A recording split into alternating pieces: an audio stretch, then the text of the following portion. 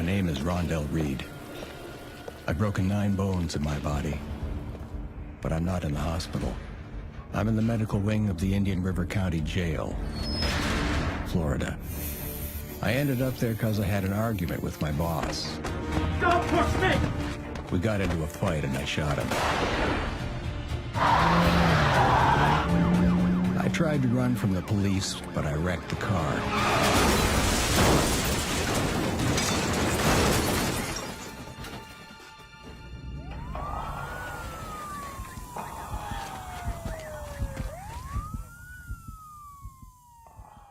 They arrested me and put me in jail pending trial for murder.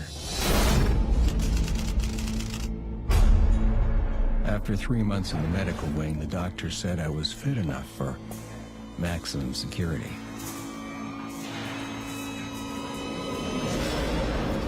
It was filled with rapists, murderers, and violent criminals.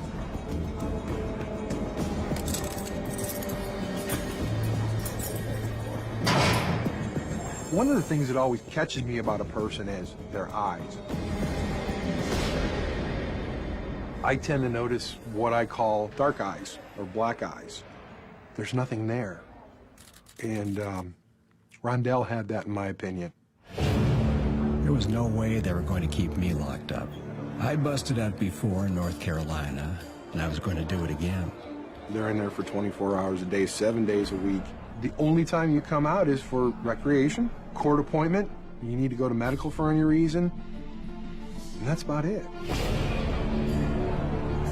I started looking around for any weakness in security. We were under constant surveillance. The guards were always watching us through one-way glass. There were cameras everywhere, and they counted us every hour. When the deputies come on, the first thing they're doing is like counting their building, going by each one of the housing units to make sure those inmates are all accounted for.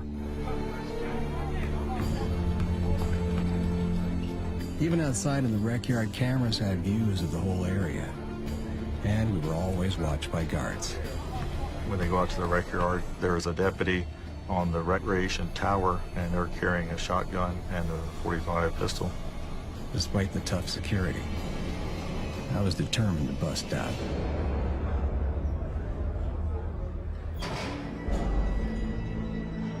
I started asking other prisoners if they'd seen any loopholes. I heard that one guy was already working on a plan. His name was Levi Taylor. Levi was in for first-degree murder and awaiting sentencing. He didn't want to spend the rest of his life behind bars either. By the nature of his crime, he could definitely be labeled as dangerous. He had a violent history as far as his charges, and he was going to prison for a long time.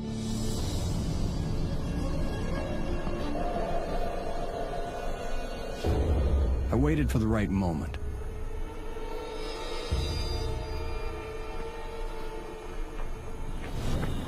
I heard about you. Man, what you heard about me?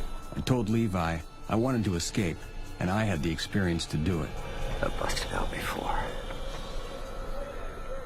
He thought about it and decided he could use me. See you later, bro. We agreed to escape together. I moved into Levi's cell. The guards didn't suspect a thing. They let us sleep in any bed we liked, as long as the numbers added up at count. When it was safe to talk, we finally discussed the plan. Amazingly, our way out was right in front of us.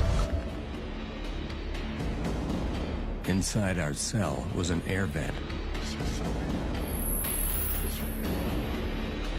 Behind that vent was a utility room, which had a door that led out into the rec yard. If we could get through the vent and open that door, we could run outside and jump the fence. But there was a catch. What about the bars? The vent was blocked by steel bars. To get into the utility room, we'd have to saw through them. But Levi had it covered.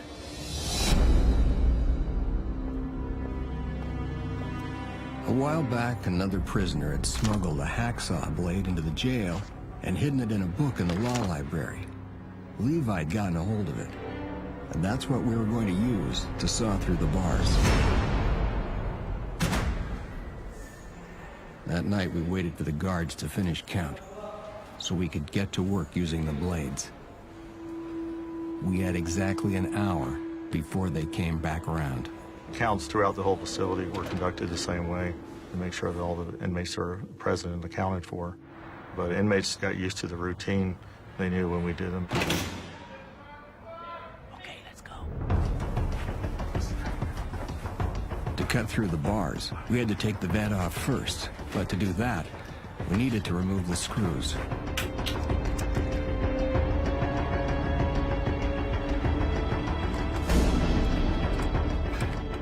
Straight away, we had a problem. The blade wouldn't work, and I didn't want to break it. Somehow, we had to get hold of a piece of metal strong enough to get the screws out.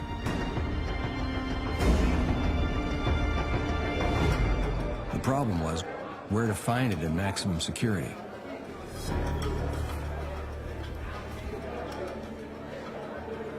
Then it hit me.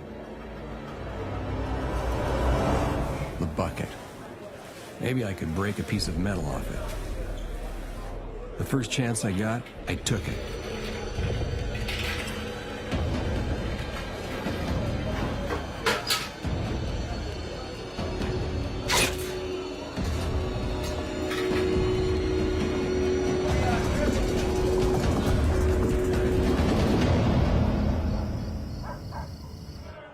We waited till night to try out that piece of metal.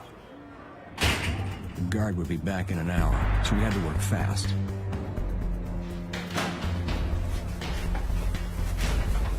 I dragged over my property bin and climbed up to the vent.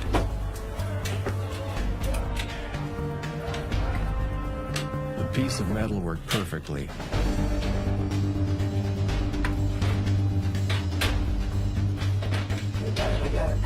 And the vent came off the wall.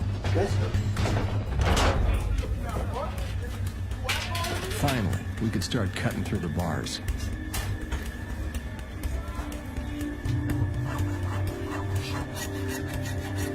But as I started sawing, I realized we were in big trouble. The bars were made from toughened steel, and it didn't matter how much I tried to cut them. The hacksaw blade just wasn't up to it. It meant escape was impossible.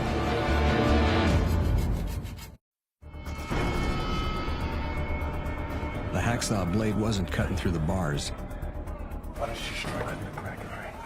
So instead, I started to cut the brackets, holding the bars in position.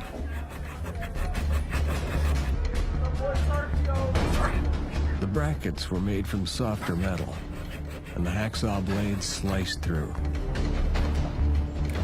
Finally, we were making progress. I kept going till the jail was so quiet, I thought we might be heard. I eased the vent back into place.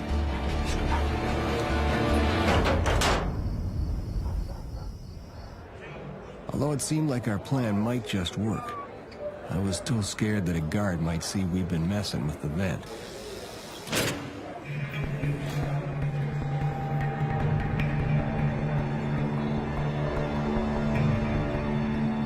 And if they called for a shakedown, our escape was over. Luckily, guards didn't see a thing. Every night we had the same routine. We waited for lockdown and sawed at the brackets.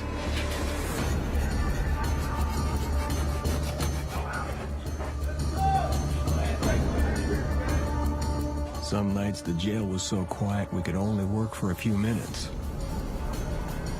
Other nights there was more noise and we kept going for longer. Finally, after all our hard work, we cut through the brackets and pulled out the bars.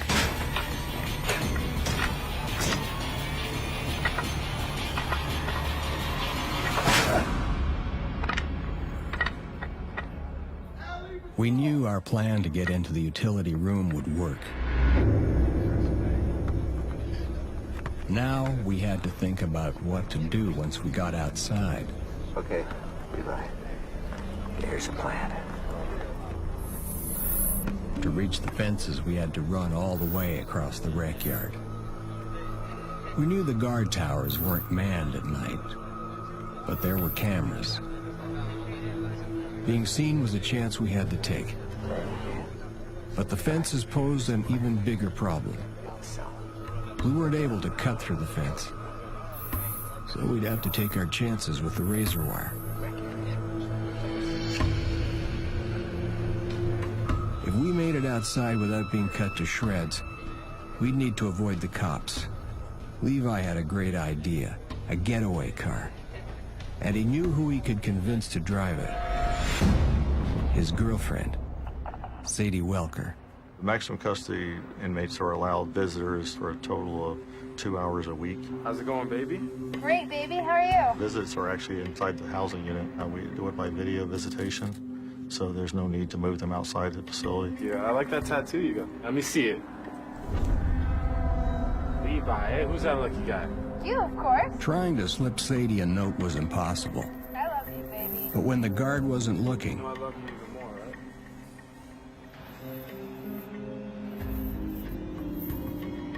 Levi managed to sign that he was going to escape from jail and where they should meet. All right, I gotta go now, babe. Love you too.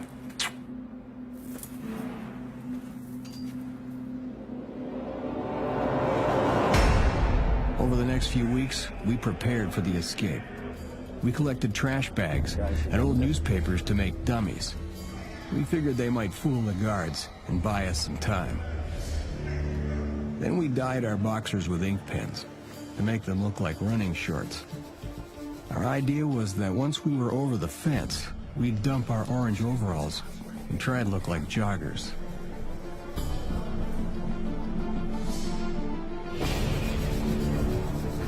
Then finally, after all our hard work, we cut through the brackets and pulled out the bars.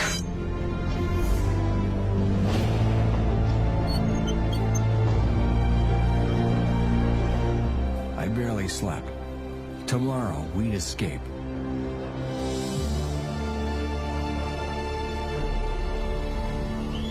The next night, we waited for lockdown, count, then lights out. As soon as the guards were gone, we put our plan into action. To get inside the vent, break into the utility room, and escape.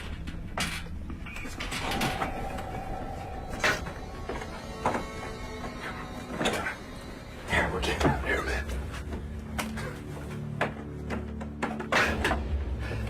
That's it. All right, man, let's go. Timing was critical. We knew we had just an hour before the guards came back.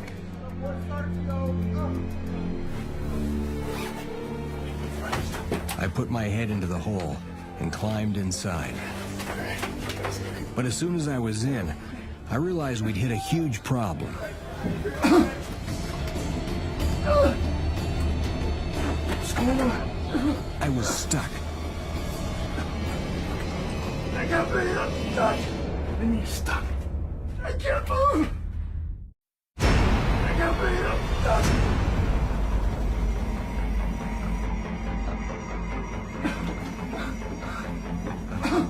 I was trapped in the venting and trying hard not to panic, guessing the guards would be back for count soon. Then Levi pulled.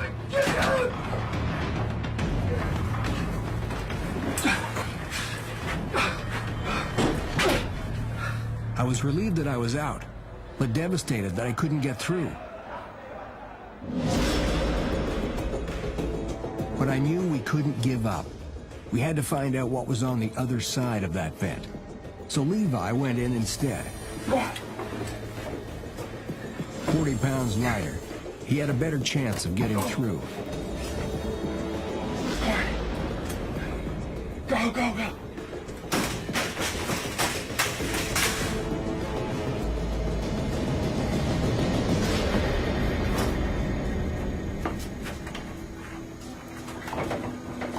Levi!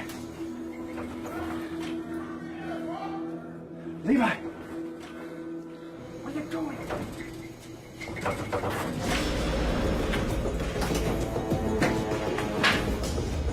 Where you going? He couldn't open the door. It was like being kicked in the teeth.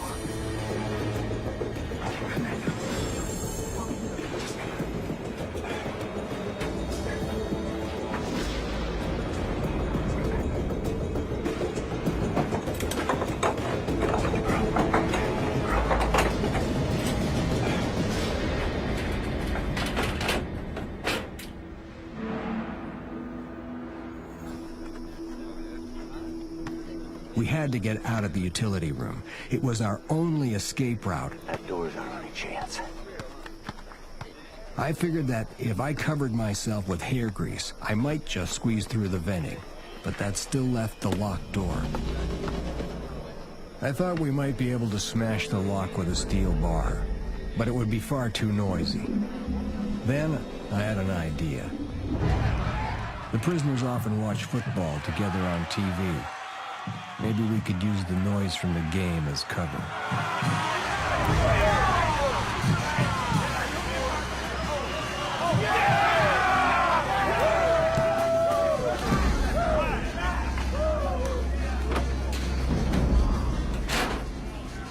It was risky with the other prisoners so close, but we pulled out the bars.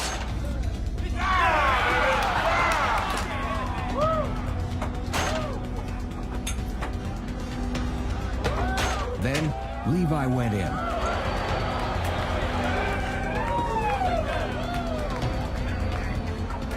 I passed him the bar to smash the handle off the door.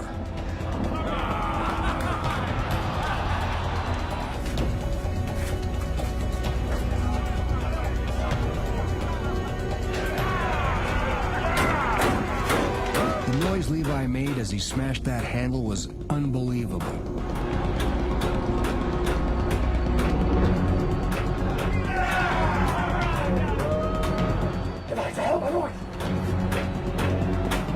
But I knew we had to go on.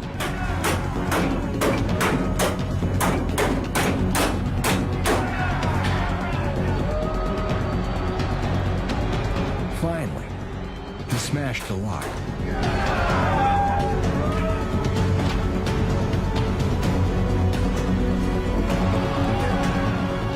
If I could squeeze through that vent, I finally had my chance for freedom.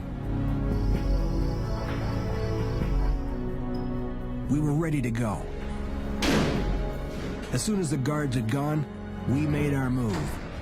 We only had an hour before they came back.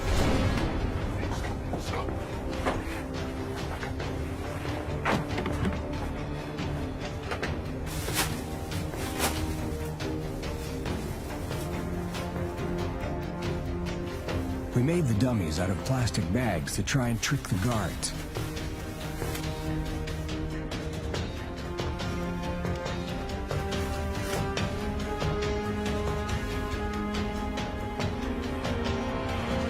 I took down the vent.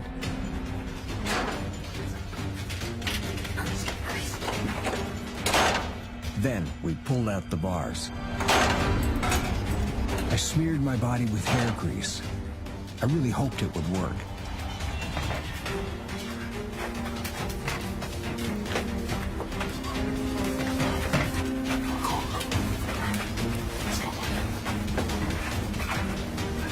The hair grease worked perfectly, and I slid straight through the venting.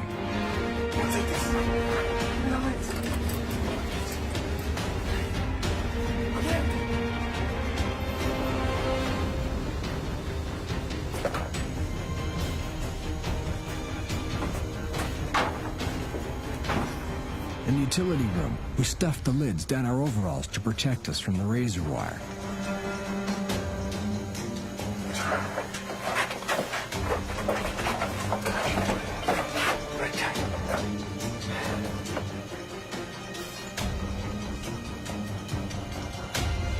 And we ran for the fences. We knew we might be seen, but it was a chance we had to take. Go first. We reached the first wire fence and climbed.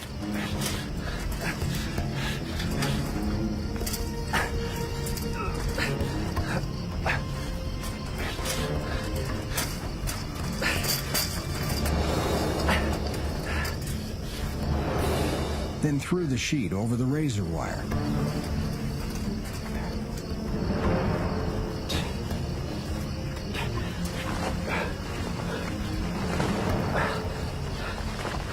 The razor wire was vicious, but we had to get over.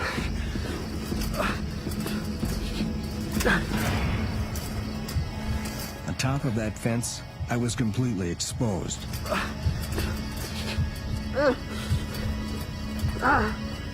There was no going back.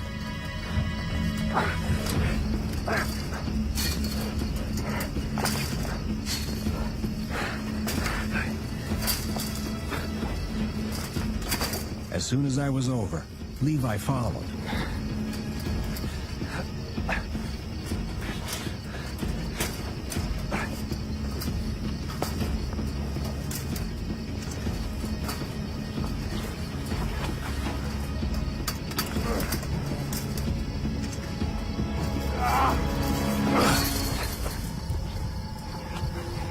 On the other side of the fence, we looked up.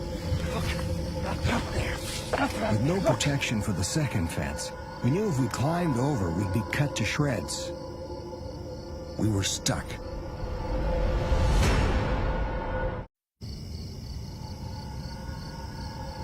Without the sheet to protect us from the razor wire, we couldn't climb the second fence. So we started to dig. Come on! Get on! Get on, get on!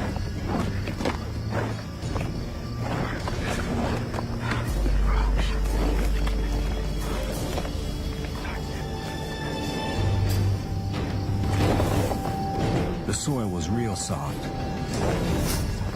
And in just a few minutes, we dug a hole big enough to climb through.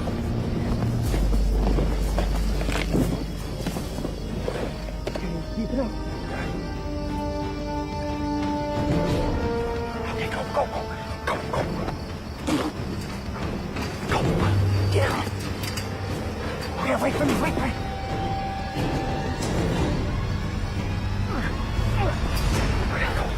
Let's go. On the other side of the fence, we were finally free.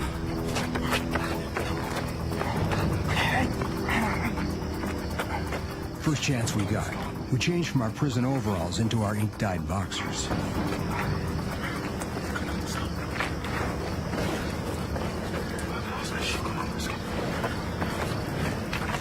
Then headed north to where we hoped Sadie was waiting for us.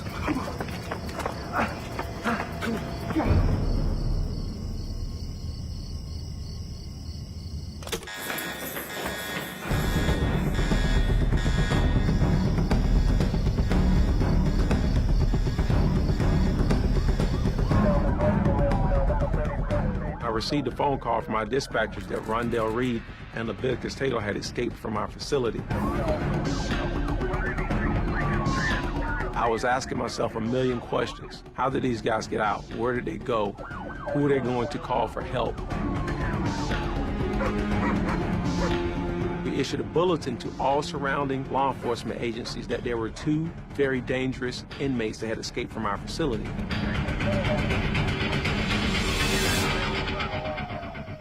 It was a huge concern of mine to get these guys back in custody as soon as possible. After a couple of blocks, I was exhausted. My knee was killing me. I hadn't run on it since before my car accident, and I needed to rest. When I saw a bench, I stopped to catch my breath. Let's go, come on. All right. Hey, just give me a second, all right? Hang on. All right, just wait. Give me a second to rest, okay? Jeez.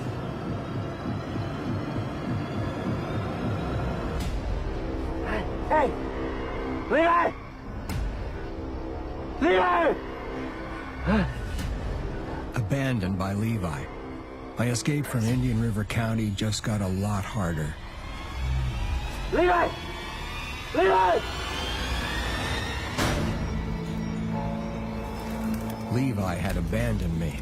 Without a getaway ride from his girlfriend, my only choice was to start walking. I stumbled onto a railroad and followed the tracks north.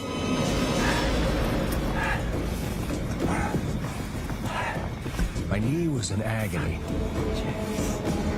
I kept smashing my foot. But I focused on moving forward. I knew that by now, police from all over the county would be searching for me.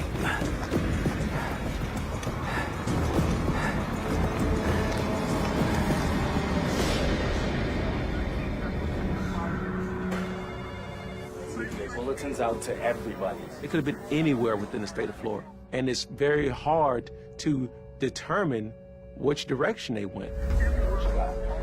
Well, I'm guessing they probably hit it.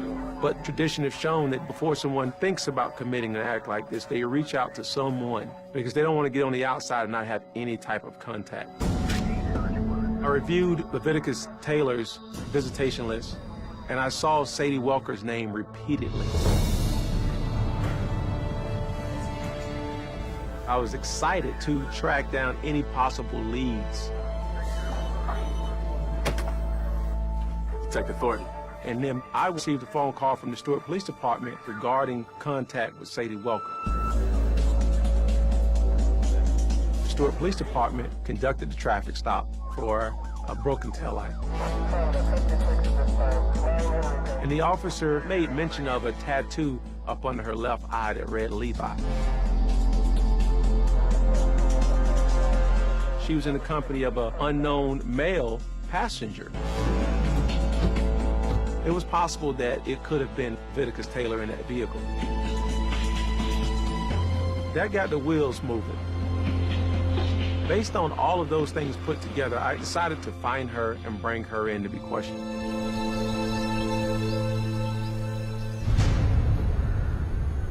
As daylight broke, I stumbled on an abandoned house.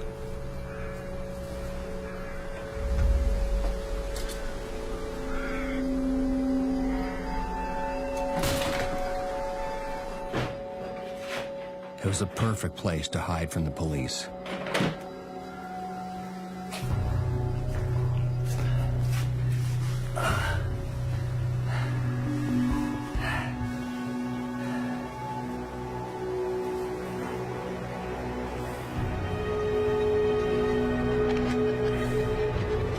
I was exhausted. As I lay there, I knew the manhunt was closing in, and I had no idea if Levi had been caught by the police.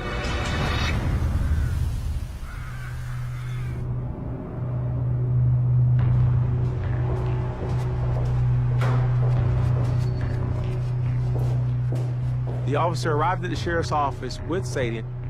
When I went to interview her, I took a gentle approach. I didn't want to lose her as an aid to help me in finding Leviticus. You had someone in the vehicle with you. Okay. Who was that? I don't know. She didn't seem nervous at all. She was laughing, smiling. When I asked her who was the other passenger in the vehicle, Was it a man? Was it a woman? she wouldn't tell me anything. You don't know. There was nothing I could do to detain her.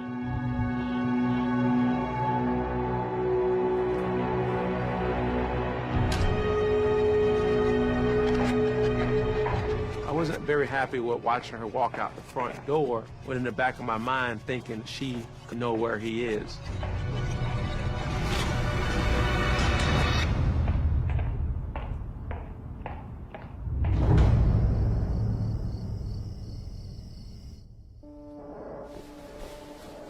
Hidden in that house, I had terrible dreams.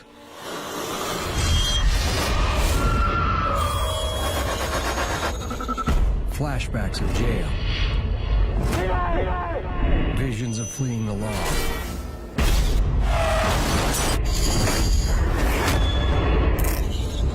And of shooting my old boss.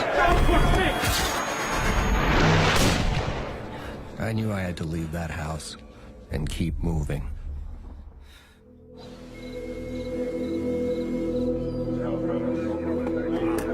Yeah, we got you. During the course of the investigation, I saw a suspicious posting on Sadie Walker's Facebook page that said, "Free Levi," which I found to be suspicious for one main reason. When I interviewed her, she told me she had no knowledge about his escape.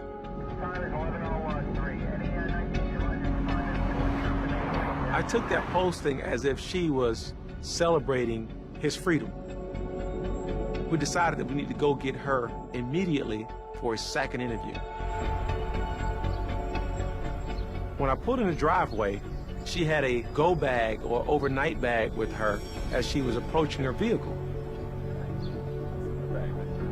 My objective in that second interview was to get a confession.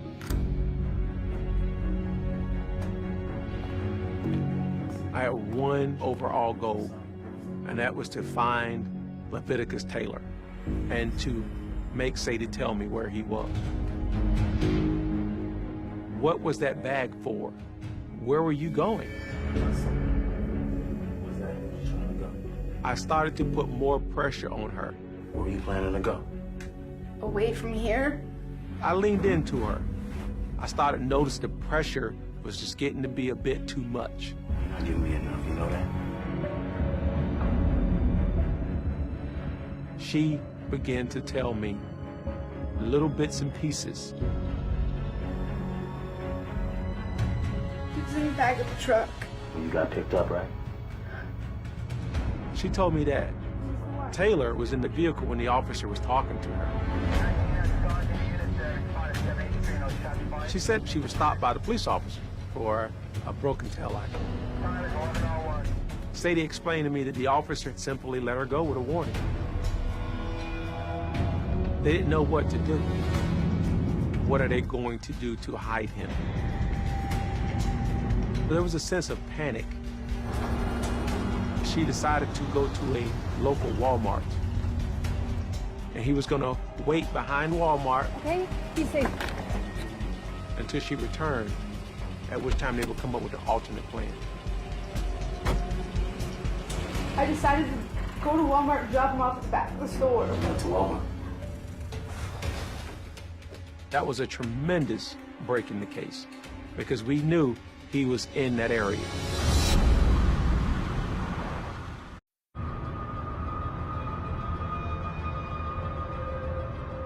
Sadie gave us a very important piece of information, which was where she dropped Taylor off. We raced down the road to the Walmart. I was excited. I think we were all excited. If it proved to be true, he would be in the bag very, very soon. We reviewed the surveillance tapes. Wait, stop. Bring it back a bit.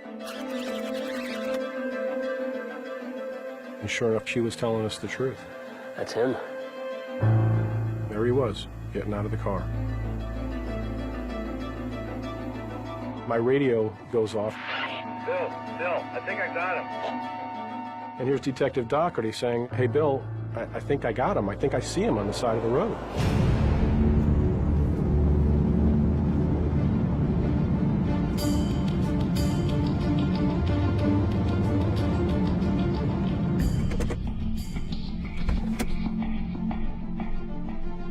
And lo and behold, on the side of the road, there was our suspect. What's your name? You got me. It's me, Levi Taylor. I was ecstatic.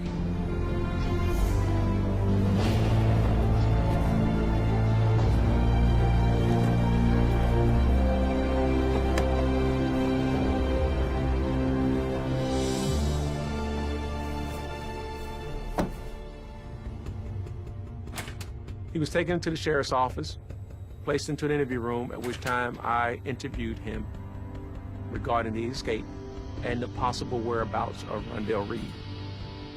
I felt the more dangerous escapee was still out. There's a code. We don't rat out each other. We don't tell the other inmates' plan. And he was sticking close to it. Where's Rondell, man? When's the last time you seen him?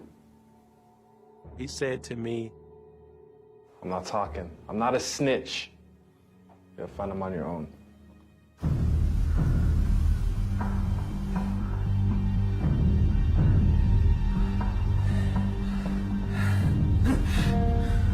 It was afternoon when I climbed out of bed. Cursed myself for still being so close to the jail. Every muscle in my body ached, but I knew I had to move on.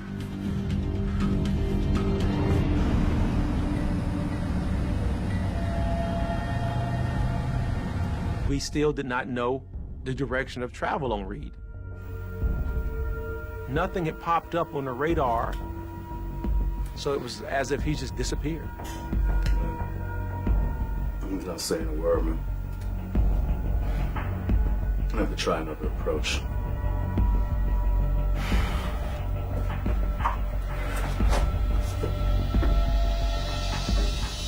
I asked him if he was hungry, if he wanted something to eat, because we all know fresh food is a way to get assistance.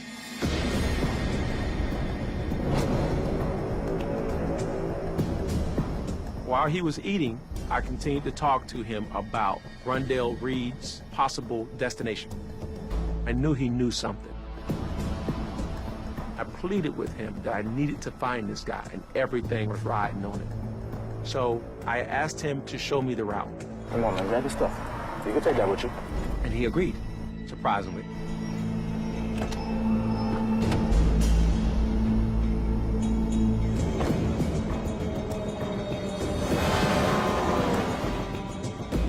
I learned from Taylor that Reed decided to rest on a bench. Look, on the left side, you're gonna see a bench, okay?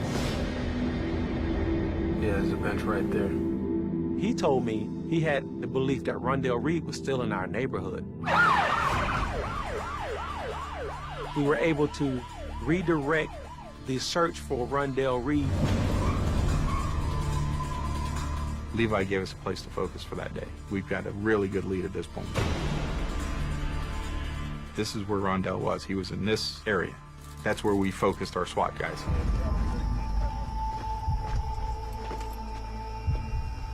To leave no stone unturned. We put every resource we could into searching until something surfaced.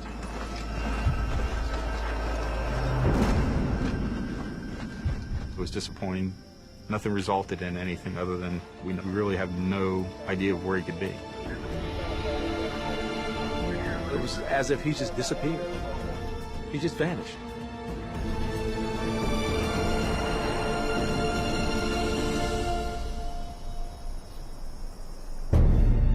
I had to get out of Indian River County. I walked about 12 miles, finally reaching the town of Sebastian. After carefully sneaking my way through the quiet streets, I saw a car repair shop. I knew that one of those vehicles could get me out of Florida. I found a car and broke into it. I cut my hand on the glass, but I didn't care. It was a gold mine. Finding $20 made me feel like a millionaire. Put on the old clothes and tried to hotwire the car. Wouldn't start. So I moved on.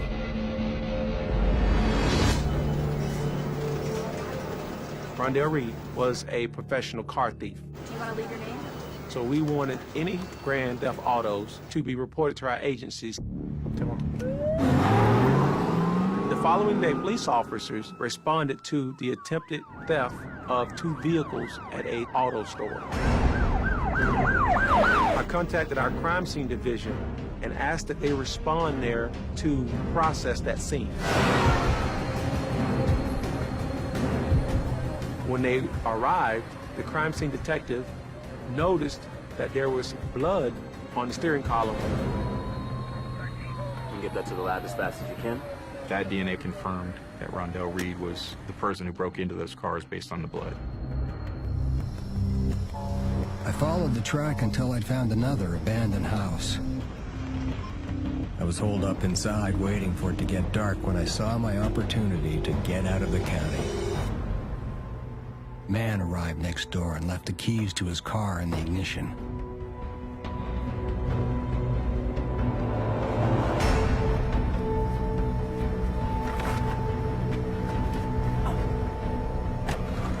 At last, I was leaving Indian River and the police. Within an hour or two, we get a call that he had just stolen a vehicle from the same general area as the automotive break-ins. I felt like at that moment we were dead on. In the back of my mind, I knew it was Rondell. It was bad news, but good news. He had resurfaced. However, he was now mobile. In my stolen car, I hit the interstate heading north. I wanted to get out of Florida as fast as I could. I was very concerned and desperate to find him. I knew he was back on our map, but he was going to put a lot of people in jeopardy while trying to run from law enforcement. In desperate situations, people do desperate things. I drove for hours, but by the time I'd reached Knoxville, I was low on gas. I headed into town figuring I either had to dump the car or jack someone for cash. Then I saw my opportunity. A woman by herself.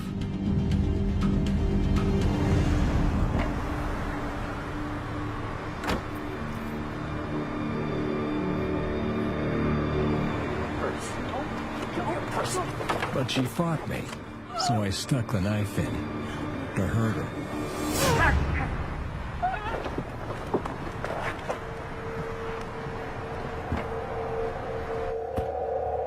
With $150 in my pocket, I'd hit the jackpot. I was back on the highway in no time and heading north. We issued bulletins to all law enforcement. Consider him armed and dangerous. I drove for hours, crossing state after state. It was in Ohio that I started to think I'd thrown the cops off my trail. Then I saw police lights in my mirror. I tried to outrun him.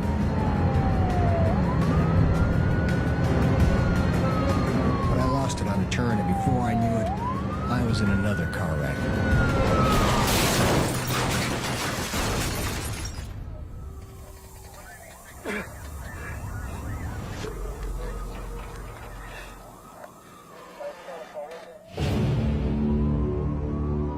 After visiting the hospital, he sent me back to Florida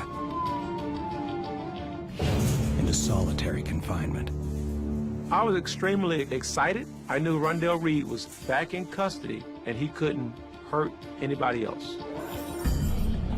It was the best moment because your whole life is finding Rondell Reed, and he's finally caught. You tried to run, but you couldn't hide. I got you.